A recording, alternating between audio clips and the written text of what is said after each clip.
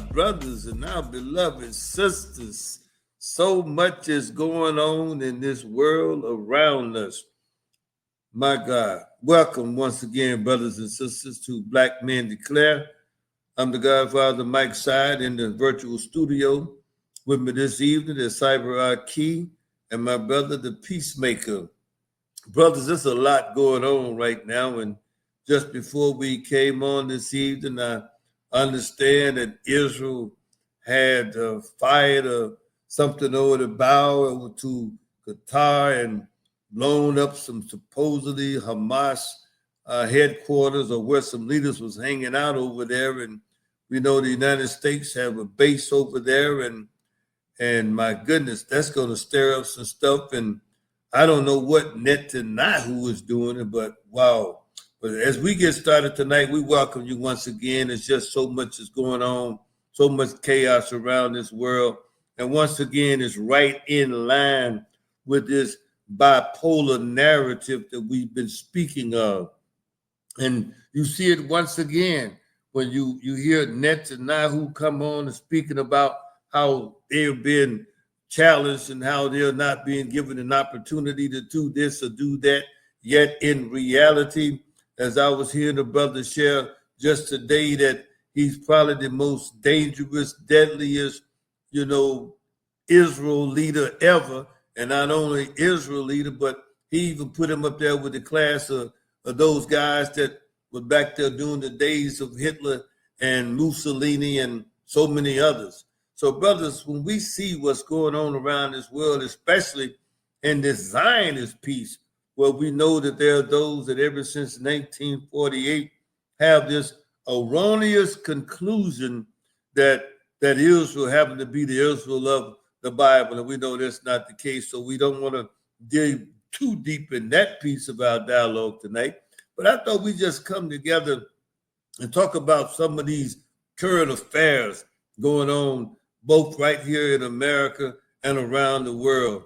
We're at a point in time, brothers, where you look at the de-dollarization, where China and Russia and that BRIC alliance is just attacking every day, it seems like, and taking advantage of what 47 came into office supposedly to do.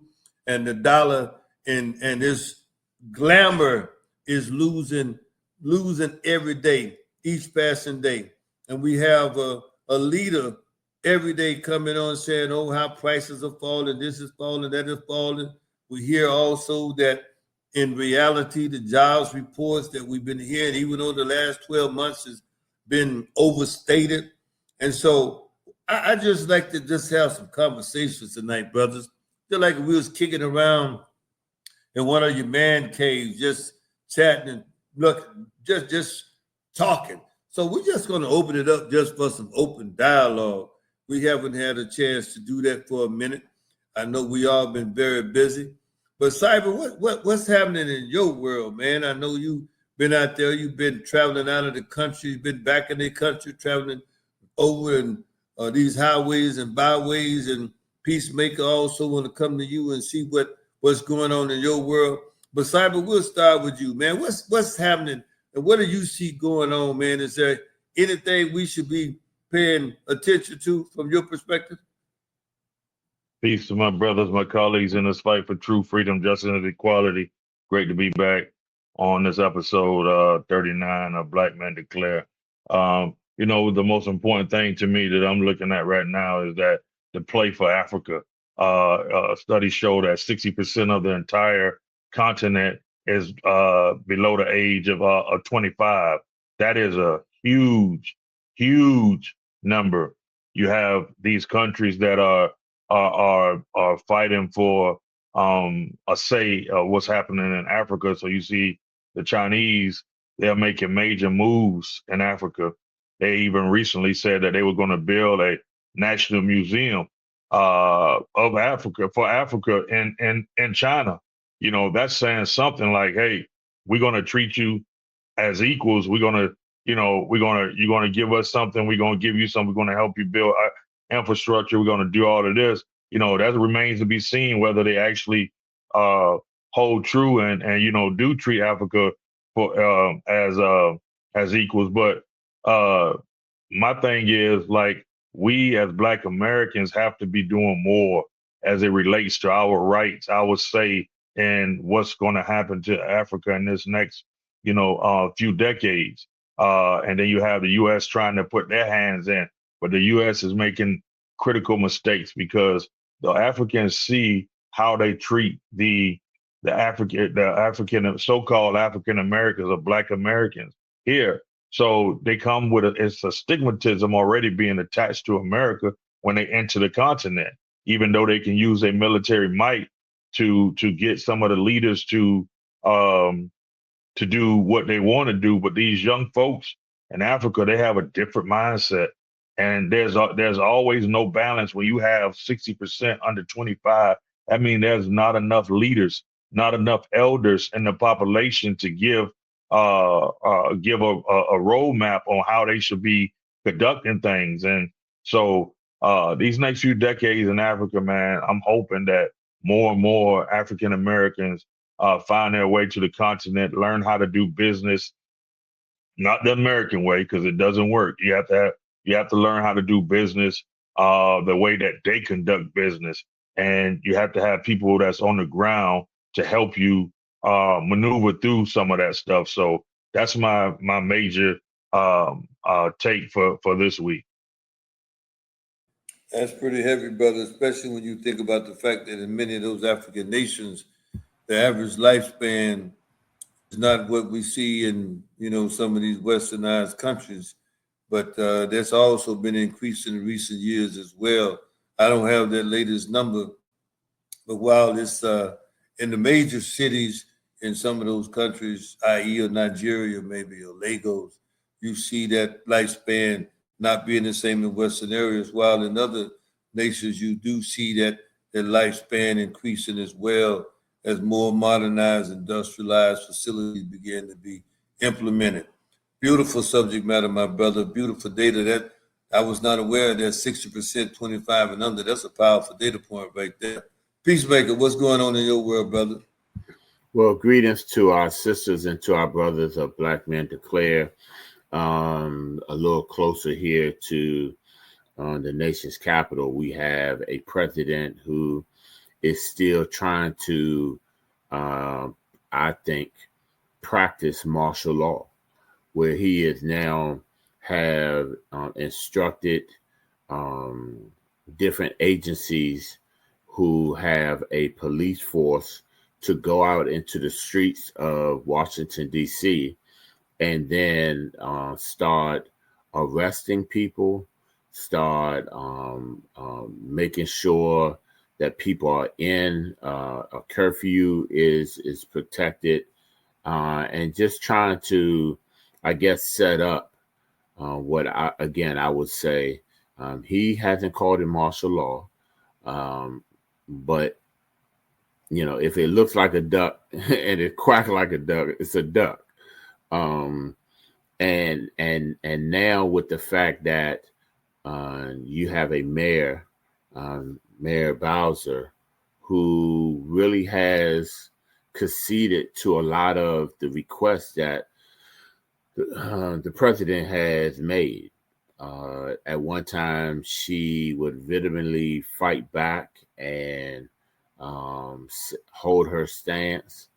But it seems like her, along with the council, the council, DC Council, have given in to this president and allowed him to now kind of have these militant fashions go throughout DC.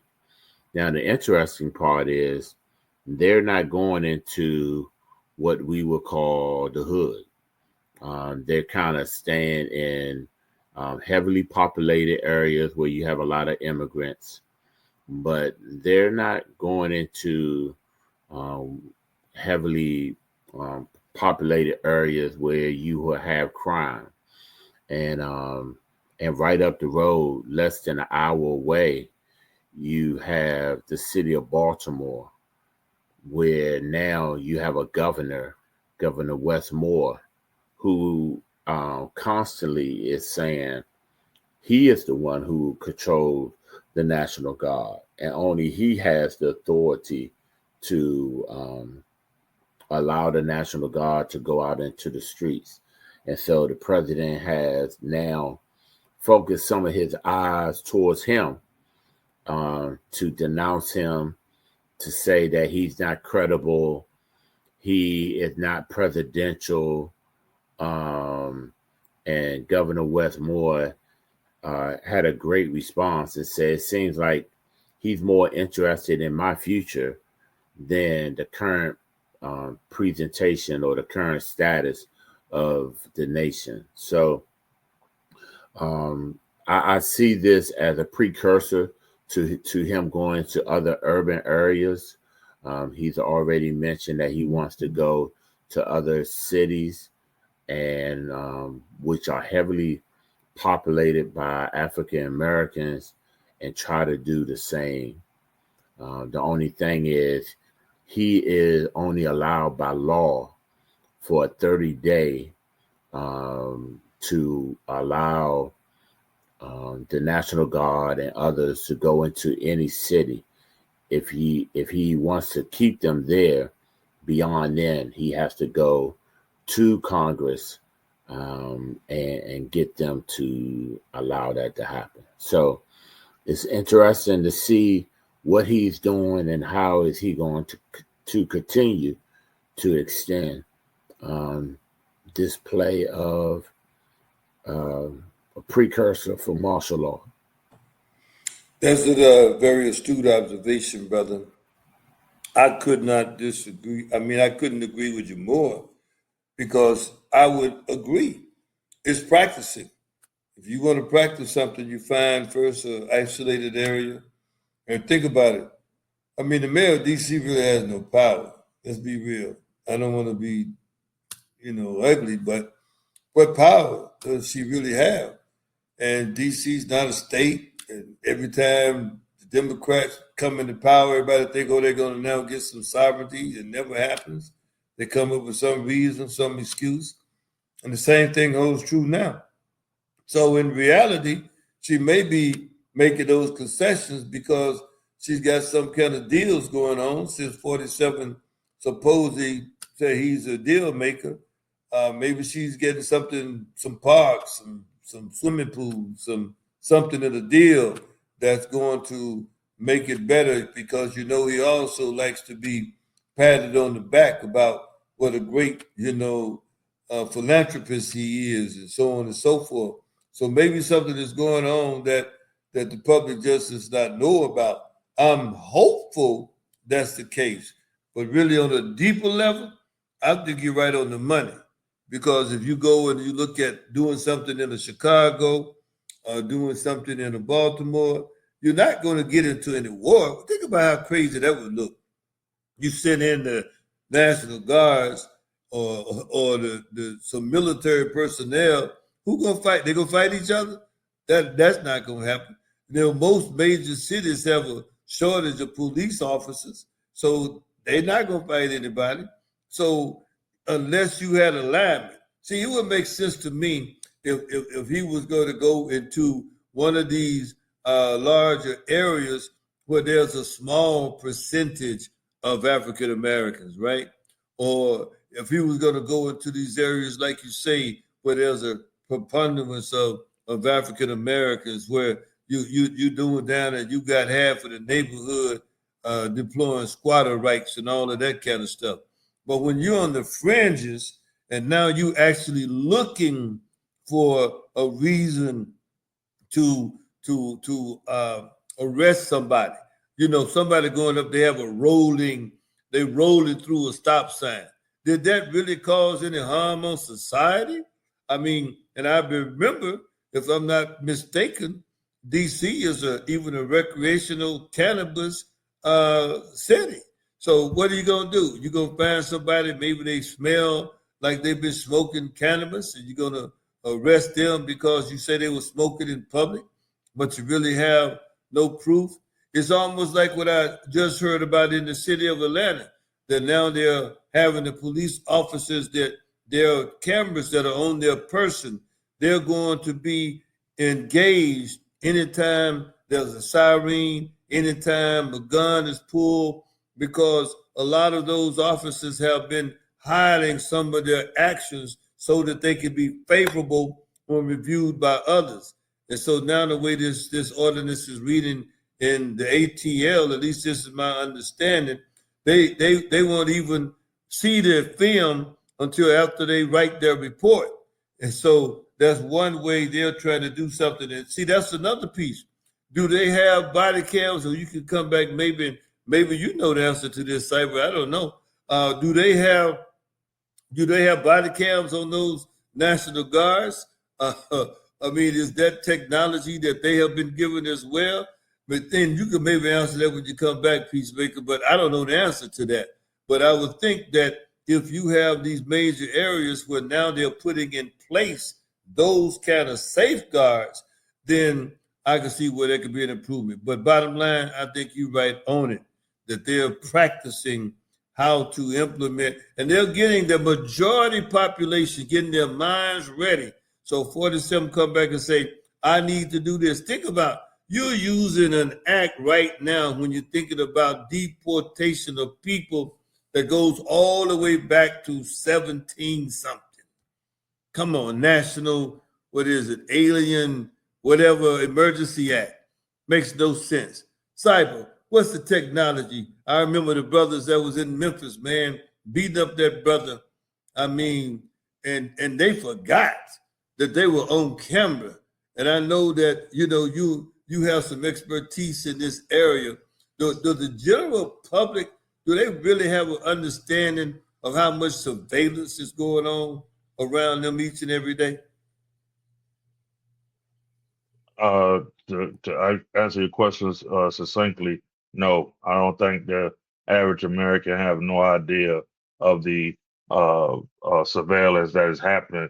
And to answer your question about the body cam, on late August, Congressional Delegate Eleanor Holmes introduced a bill, um, introduced introduced a bill to require National Guard units and other members of the armed forces to go through a body camera program similar to the one used by the Metropolitan the Police Department. So I haven't seen if it was approved or not, but maybe our brother Peacemaker have something. But to answer your question, no.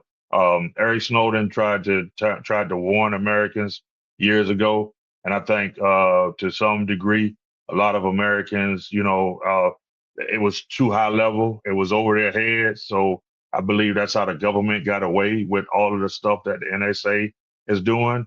And let's bring this back home. I know you mentioned the report, Epstein report, and there's some that are saying that that's what Epstein was. He was a surveillancer. He was a surveillancer for the Israeli defense. So he would go around with major government officials, major celebrities, and he would take note. He would take note. That's why he would throw these parties, do these different things, so he can have blackmail stuff to hold over the head of some of these politicians. And we have to.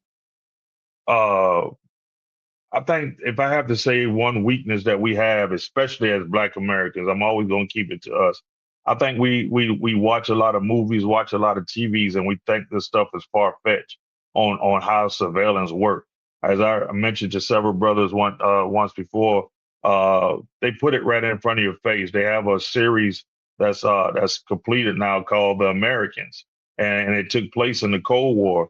And these Europeans or these Russians were here in America, and they were doing a lot of surveillance on government officials, CIA, FBI, all of that. They were doing surveillance, but it was a TV show. Then lo and behold, a few years ago, I think it was in Hawaii, that Americans discovered that this couple was Russian agents that was in Hawaii, I believe it was, for all of those years, living undercover, again, doing surveillance. This stuff is reality. And and I'm hoping that because we at the 20-minute mark in this recorder, and as I mentioned in this, it won't get the video pulled down from YouTube when we display it. But there was a software called Pegasus that I mentioned to some brothers a while back. There was a group of students that were going around making it known about this Pegasus program. And I've since heard it and mentioned in movies. I've heard it mentioned in movies, but when you start investigating it, when I first started investigating, I could find all the information that I wanted about Israeli spy program in America and how they spy on all of your conversations, whether it's your text messages, whether it's your email, whether it's any type of data communication. This software Pegasus, it triggers for any word that has Israeli, Jew, or some type of Semitism remarks. It triggers the software to send messages to higher up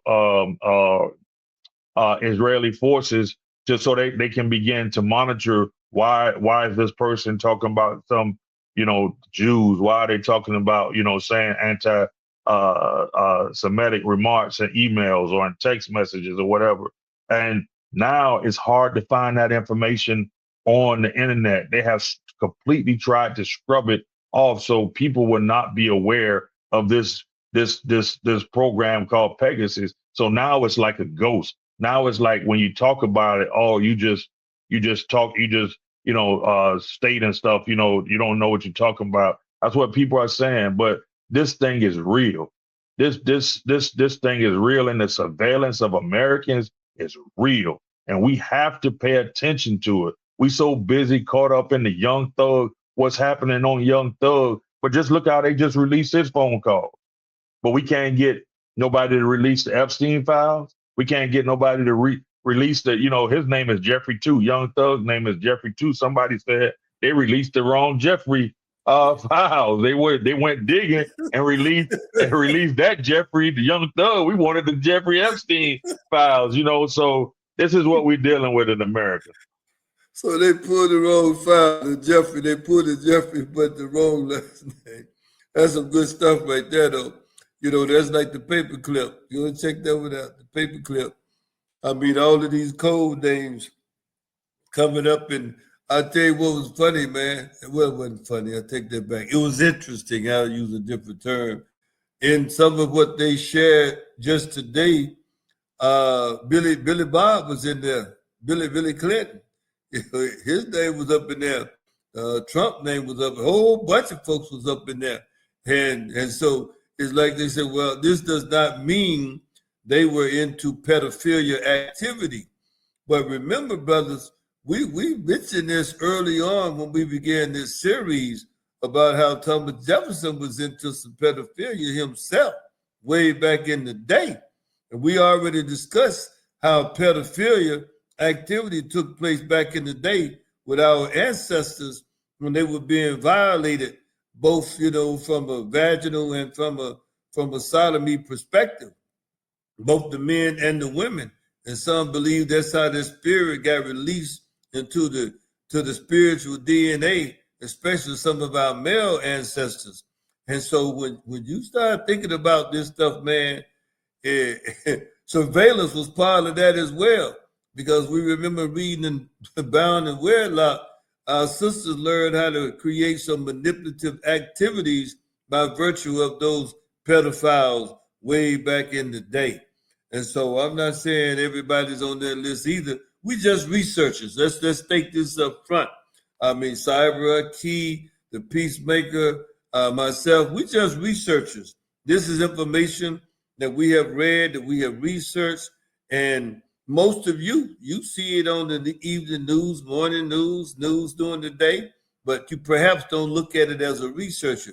But we as researchers, we just share what we have read. We share what we see, and we believe it takes more research. It's like someone said, if you don't know what happened in the past, you're probably going to do it again in the future. And we know history repeats itself. Peacemaker, given that history repeats itself, are we seeing America just fall off expeditiously down the slippery slope that all theoretically democracies have fallen. We're right at that 250-year mark from the theoretical democracy, which we know does not really exist in reality.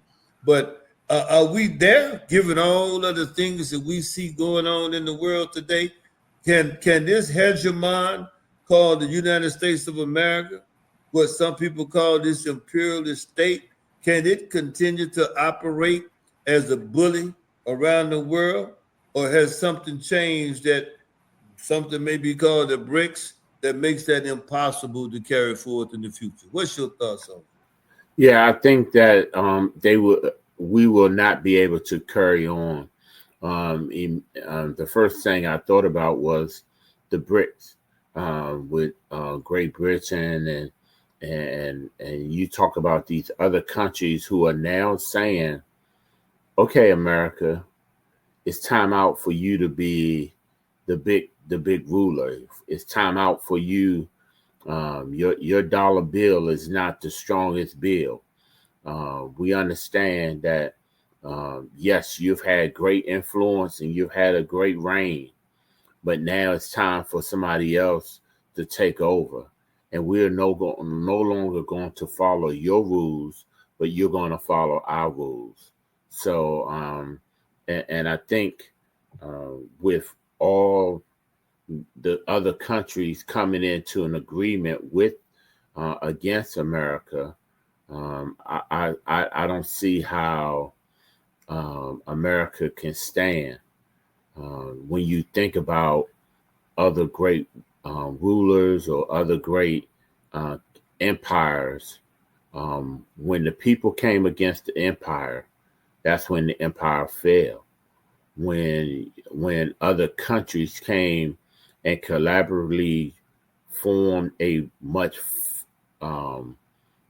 better foe, a better opponent, usually that empire fell.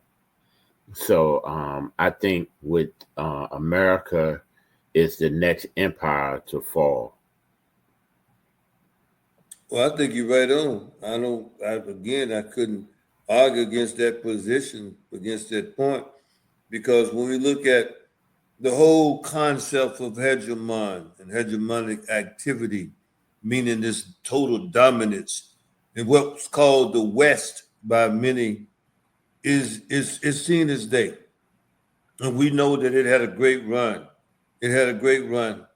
And it came up out of all of the raping and pillage that took place starting way back in the 1400s, the late 1400s. Many may not connect it that way, but the so-called great discoveries of so-called Christopher Columbus really initiated that situation, because everywhere they allegedly landed or went, it was a new discovery.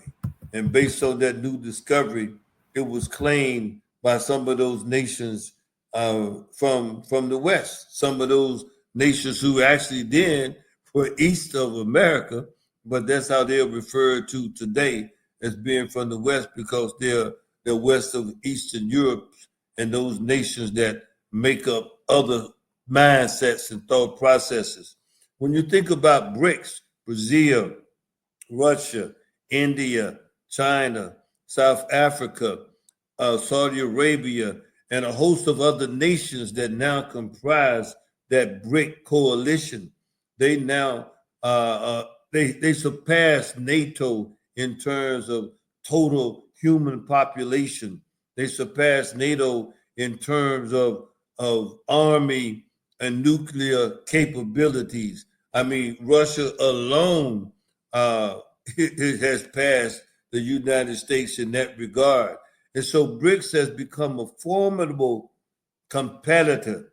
And so when you look at how Russia or how China, they're doing some of the same things that John Perkins talked about in the Confessions of an Economic Hitman, when he spoke about how he would go into these nations, and most of the time they were smaller nations, and he would go in and get those nations indebted to America. Now, again, we researchers, this is what Perkins said. If you have an issue with that, go and check him out. Then Bill Coleman, he came back and shared some of the same thing. Yeah, don't get upset with us. Go and check out what Bill Coleman said, that we would use and leverage the fact that the dollar was the global reserve currency since 1913. And this day has come. Already we hear that China and Russia and other nations, they're trading without buying up dollars and having to do buy and sell in dollars. Most people don't understand that when you have a global reserve currency, that when people perform these transactions and that maybe never heard of the SWIFT, SWIFT, look it up to see what it means, that was the funding mechanism, the transactional mechanism, the porter that facilitated this global trade. But now they're making trades without using that particular system. And we hear 47 again saying things about what's going to happen to those nations, and there are going to be more tariffs leveled against those nations. Well, at the end of the day, I think Russia proved they could sustain those tariffs and make it work. And so now even our neighbor to the north, Canada, has proven the same thing, that we can make it work. It doesn't matter if you don't want to do business with us. It doesn't matter. You don't understand. You're just going to hurt yourself. Now you have the big automotive industries. They'll say you need to back off. The steel industry, to back off. And even the farmers saying you need to back off. So from a I don't know what you would even call it, Cyber, from a technological perspective, in your research, why in the world would we yet still think, feel, or believe that we can hold on to this thought process that without the dollar, people don't have the capability to facilitate trade around this globe? My brother, I wanted to go back to something before I answer that question, because I this subject is so near and dear to my heart when we're talking about surveillance. And I think in my former life, I really wanted to be a CIA or FBI agent, to be truthful, because I find it quite amusing and quite, I guess it's a skill set. It's a skill set in itself. But Pegasus is a spyware developed by the Israeli cyber arms company NSO Group that is designed to be covertly and remotely installed on mobile phones running iOS and Android. While NOS Group markets Pegasus as a product for fighting crime and terrorism, governments around the world have routinely used the spyware to surveil journalists, lawyers, political dissidents, and human rights activists. The sale of Pegasus licenses to foreign governments must be approved by none other than Israeli Ministry of Defense. As of September 2023, Pegasus operators were able to remotely install the software on iOS versions through 16.6 using a zero-click exploit. Zero click. That means you don't have to click anything for them to install the software. While the capabilities of Pegasus may vary over time due to software updates, Pegasus is generally capable of reading text messages, call snooping, collecting passwords, location tracking, accessing the target devices, microphone and camera. Let me say that again. Accessing the target devices, microphone and camera, and harvesting information from the app. The software is named after Pegasus, the weighing horse of Greek mythology. That should open the eyes of every American. Process check. Did your mic turn your volume up a little bit? Can you hear me? Yeah. That should open the eye of every American, open the eyes and ears of every American. Because we wonder, I hear even Republicans now are concerned about how Israel, what does Israel have over our politicians. I heard Candace Owens, I heard some of the most right-wing TV personnel asking this question. This is what they have over them. They have been secretly recording our politicians. They know every move our government makes.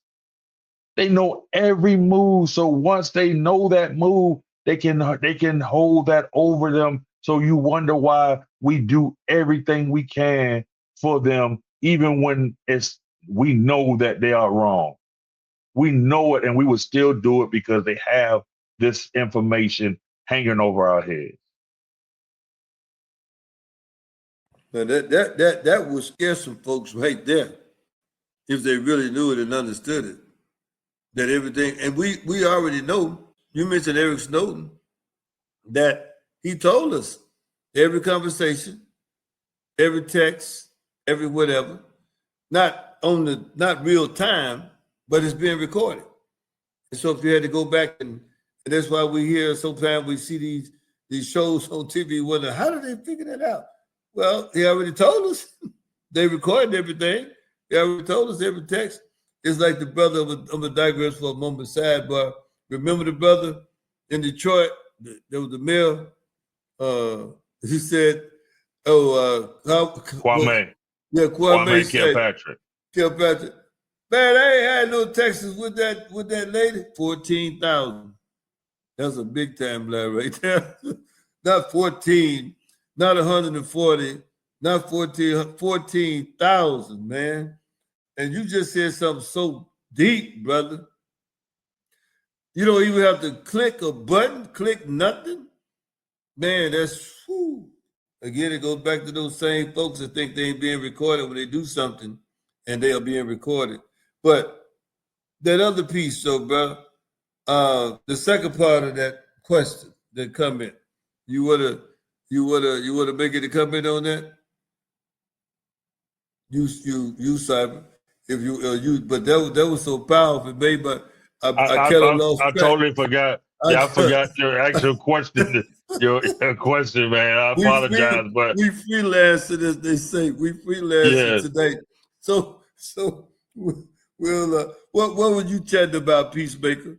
What would you that'll get us back on track? What were your last comments about Peacemaker?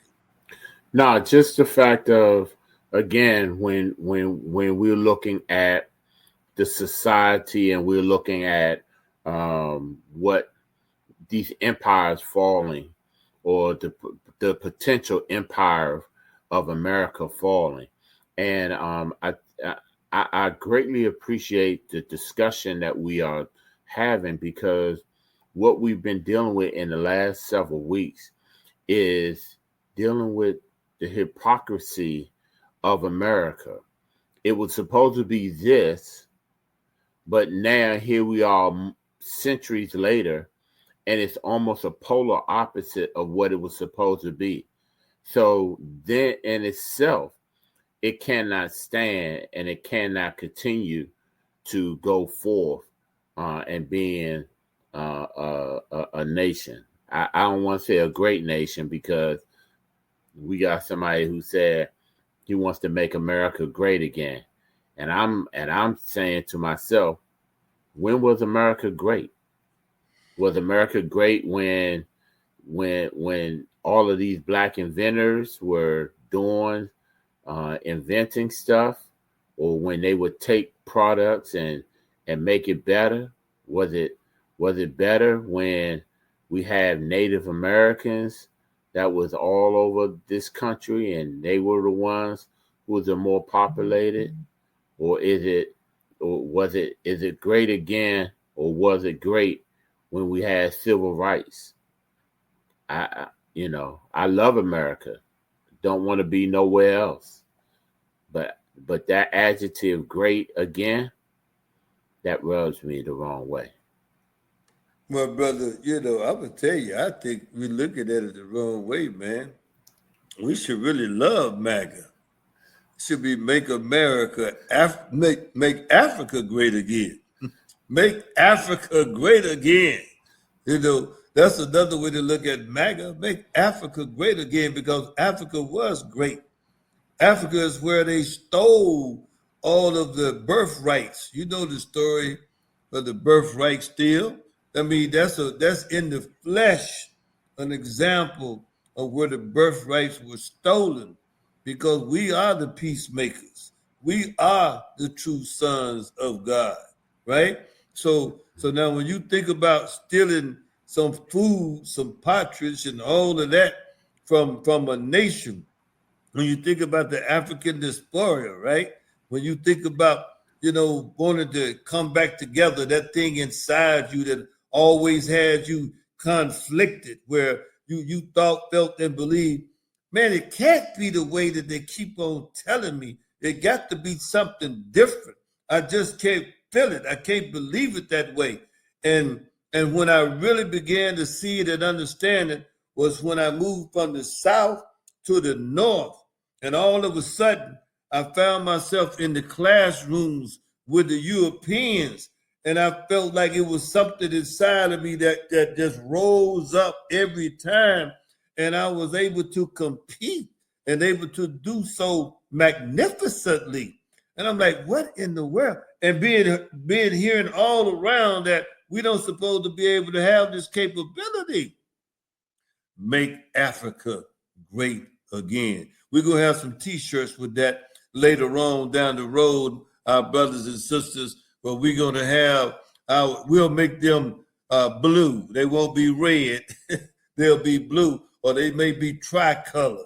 They may be red, green, and black, but they're going to say, make Africa great again. Can you get with that, Cyber? Could we get you to purchase a boatload of those, man? We know you got some significant contacts on the supplier side. Can you take on that responsibility? I don't want to put you on the spot, but it just happened to come up in my spirit. Tell me what you think about that. Well, what I think is that they took our term woke and flipped it to what they wanted to flip it to. So why can't we take mega and flip it to what we want to flip it to? And in our community, we known for doing the flipping. So I think it'll work out great. Well, what else on your heart tonight, Cyber? Before we're gonna close down in another few minutes or so. But what do you think we as people? I was hearing a brother the other day saying, hey, to be an activist, you got to be acting on something. We can't just be sitting back. Now, we all are researchers here, and we're doing our best to make people aware. And I want to say right up front, we're learning how to exploit this social media technology for a reason. And as we learn to do so, we believe it's going to have tremendous impact on our people. And we're doing it also to close these so-called gaps. I don't believe we have gaps. I just believe we have failed to have the proper type of communication exchange. And so in a world not hindered by the red MAGA, what can we be doing now individually, Cyber, each and every one of us, to come against this, what we've been facing all of these 400 plus years right here in this America place? And like you said, Peacemaker, most of us, we haven't had a chance to see it from outside of America. I'm glad I've been able to do so. I know Cyber has been able to do so, and many, many others. There's a world out there far greater than what we've been programmed to think, feel, and believe. And part of that is knowing and understanding that when you get into the hegemon philosophy of dominance, it's designed for you not to believe that you can find anything better. But there are some better opportunities. Why don't you just share philosophically, Cyber, and what you have seen yourself and what you think is possible, let's say over these next 20, 25 years, because America won't be the way it is today anyway. That's a loaded question. Yeah, I want to focus on us for a minute, Black folks, because I think we have, in order for us to survive, Black people in America, I'm talking about, because we are special people, because we haven't had that, the land like the Black folks in Haiti, Jamaica, some of the islands, you know, um, we haven't had those opportunities to run our own civilization since we left the continent. And I believe in order for us to survive, we have to take our mind somewhere that we may not be comfortable doing, be comfortable because of our traditions in America and how we grew up, how we came up through through the civil rights, through out of slavery, through Jim Crow. Uh, um, we have to take our mind somewhere that is not going to be comfortable, because in order for us to really free ourselves from the grips of that uh, these politicians have on us, this place have on us, and we have to start thinking differently. And if we're not able to pull ourselves up out of that, our way of thinking that we currently do, we're going to be and we're going to be in trouble. If the past 6, 7 months haven't showed you how fragile America is as it relates to the support of Black people in America, if these past 6 or 7 months haven't showed us anything, uh, it's a sad reality, because these past months has been focusing on tearing down the remaining infrastructure of Black America and taking away any type of resources that was used to uplift us. Whether you're talking about whatever we gained, even though we wasn't the primary benefactors of DEI, whatever we gained from it, they took it away. The Voting Rights Act, they're gutting it. College education, how some of us got through the rank and file, they're taking that away. They say over 300,000 women, or 30,000, I believe. I'm sorry, 300,000 or 30,000 Black women lost their jobs because of the government cutback. Like, they're really trying to squeeze Black America with whatever they can, squeeze Black America out of whatever they can. So we have to have a mindset of us first. We have to have a mindset of us first.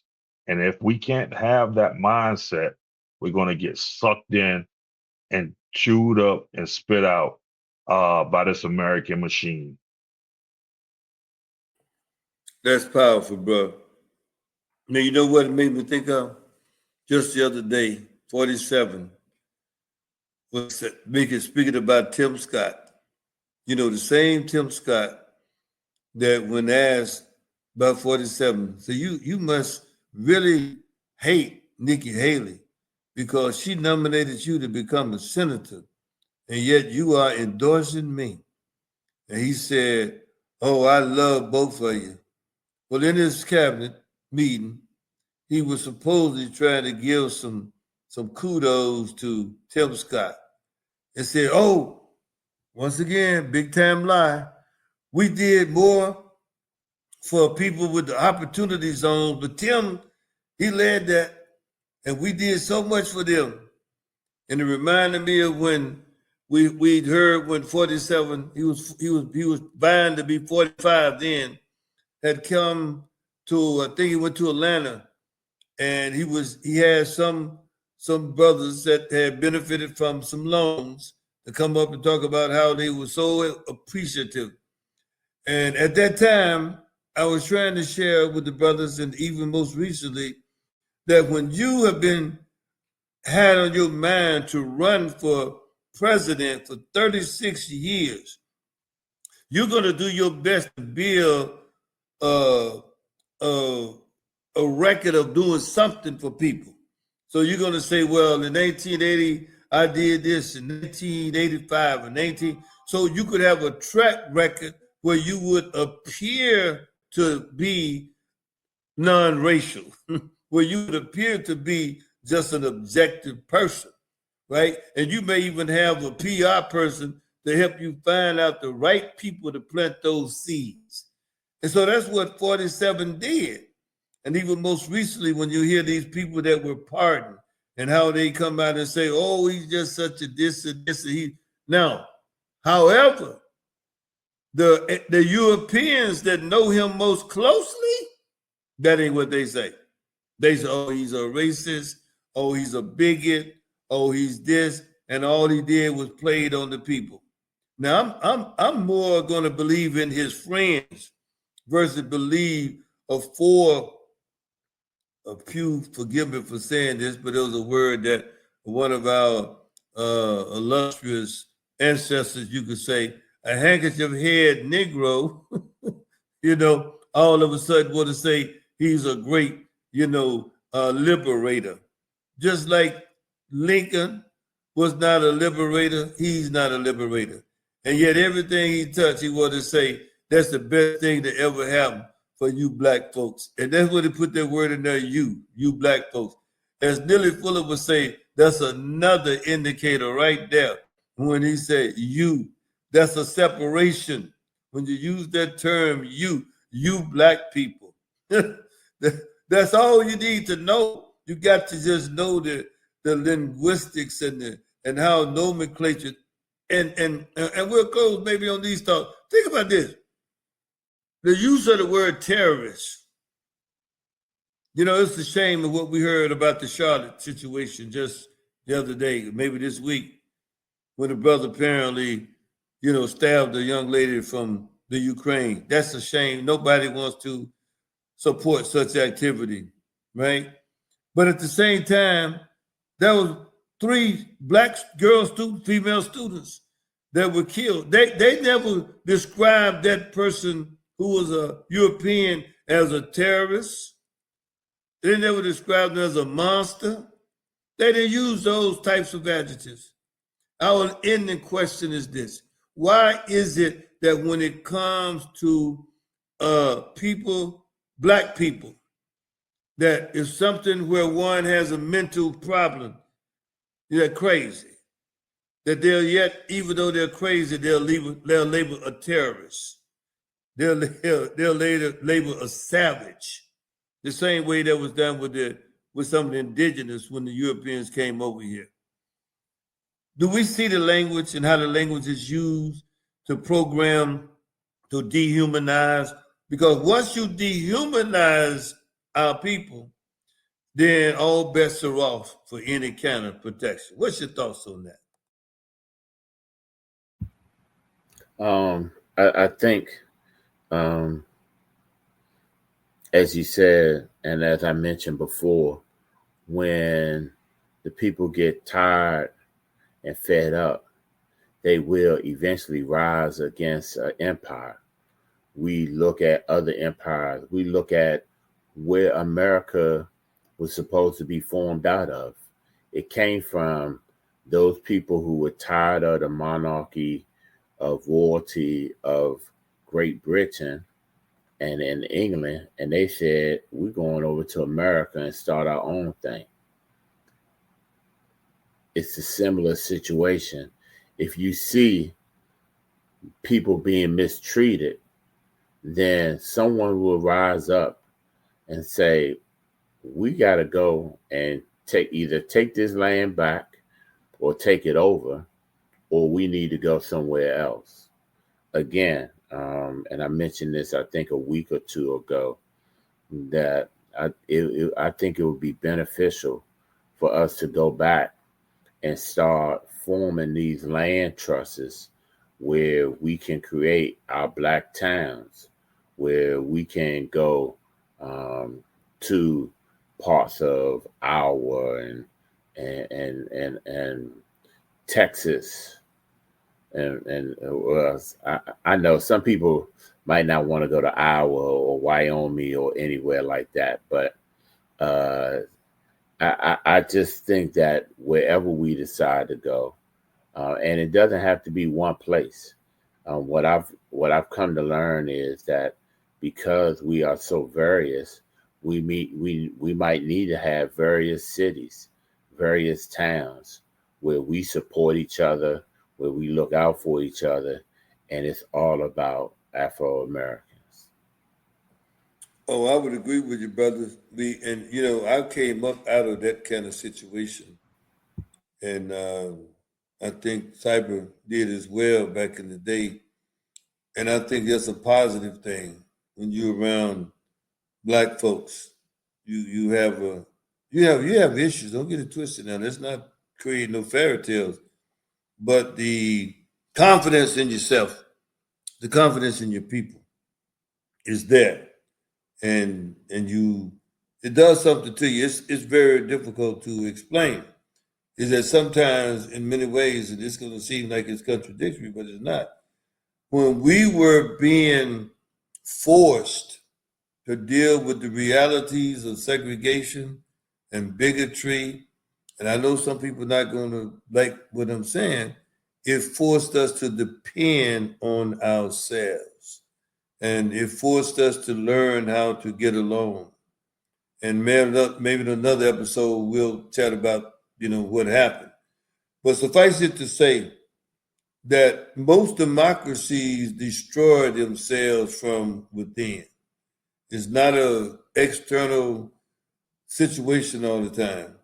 And the decadence that's in America today, I believe, is leading that decline and that fallback. We started out chatting about the pedophilia reality of the forefathers and the fact that the pedophilia reality, remember even when Hillary Clinton was running, they were speaking about pedophilia activity.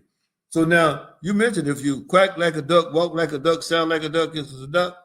Why would, and you will have this last comment, Cyber, why do we continue to keep having so much conversation about pedophilia?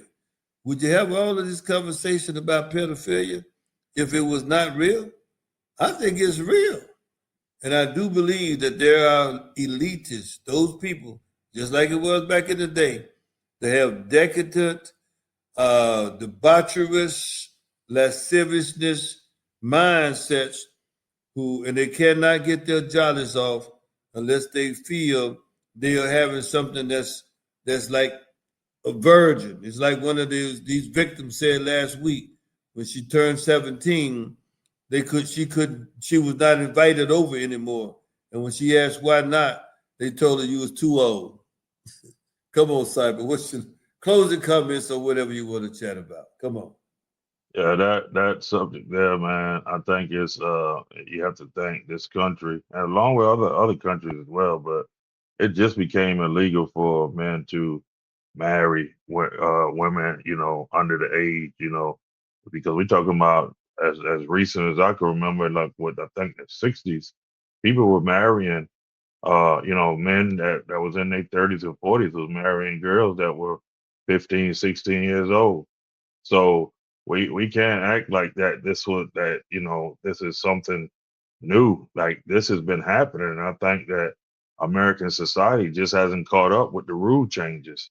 So people are still living under that 1960s rule set, rule set, and because they enjoyed it. So I think that's all. That's what it is. I mean, that's just what it is, and we know, whether Catholics, if you're a Catholic priest or whatever, that those things been circulating in America for as long as I remember, coming up as a child hearing about priests messing with little boys and stuff like that. So I mean, man, we really think that like we really think some of this stuff is old, but when you sit back and look at the numbers, it's only been 40, 50, 60 years with some of this stuff.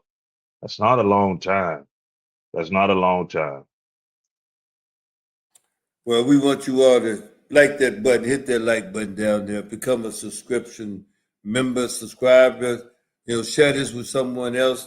We want to grow the channel to at least, 100,000 by the end of this year. That's doable. And we want to become your favorite stop when you hear subject matters that discuss the bipolar reality that exists in America. We've enjoyed chatting tonight in the freestyle. This is what we call freestyle. And we want to do that every now and then just to get a chance just to do a little data dump, a little subject matter dump. And that's what we've done tonight. This is the Godfather Mike Side, again joined by Cyber Archie and the Peacemaker.